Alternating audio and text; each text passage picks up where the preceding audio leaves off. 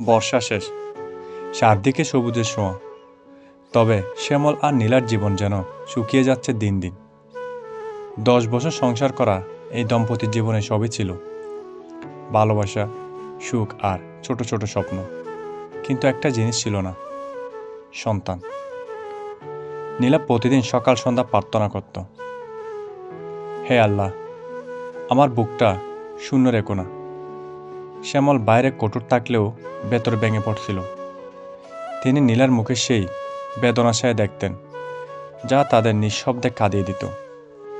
একদিন নীলা মনের জোর হারিয়ে বলে উঠল, শ্যামল, আমার মনে হয় আমার জায়গা তোমার জীবনে শেষ হয়ে গেছে। তুমি নতুন করে শুরু করো। শ্যামল চিৎকার করে বলল, এত সহজে তুমি কিভাবে হার মেনে নিতে পারো? তুমি আমার জীবন, সন্তান হোক বা না হোক, তোমার থেকে বড় কিছু নেই। এরপর কিছুদিন সবকিছু নিস্তব্ধ। নীলা যেন নিজের ভেতরে এক ধরনের দেয়াল তুলেছিল, আর শ্যামল, তিনি নীলার সেই শূন্যতা ভরাট করার পথ খুঁজছিলেন। এক বিকেলে শ্যামল বাড়ি ফিরল হাতে একটি প্যাকেট নিয়ে। নীলাকে ডেকে বলল, তোমাকে কিছু দেখাতে চাই। নীলা আগ্রহীহীনভাবে বলল, কি জিনিস? শ্যামল প্যাকেট খুলে একটি ছোট্ট শিশুর পোশাক বের করে বলল, তুমি যদি রাজি থাকো, আমরা একটা অনাথ শিশুকে দত্তক নিতে পারি।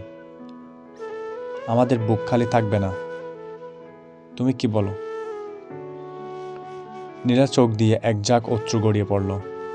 সে শ্যামলের হাত ধরে বলল, তুমি আমাকে নতুন করে বাসার স্বপ্ন দিলে। আমি জানি না আমি কেমন মা হব, কিন্তু আমি জানি তুমি একজন অসাধারণ বাবা হবে। সেই দিন থেকে শ্যামল আর নীলার জীবনের নতুন অধ্যায় সূচনা হলো। তারা এক কন্যা শিশুকে দত্তক নিল। মেয়েটির নাম রাখে আলো।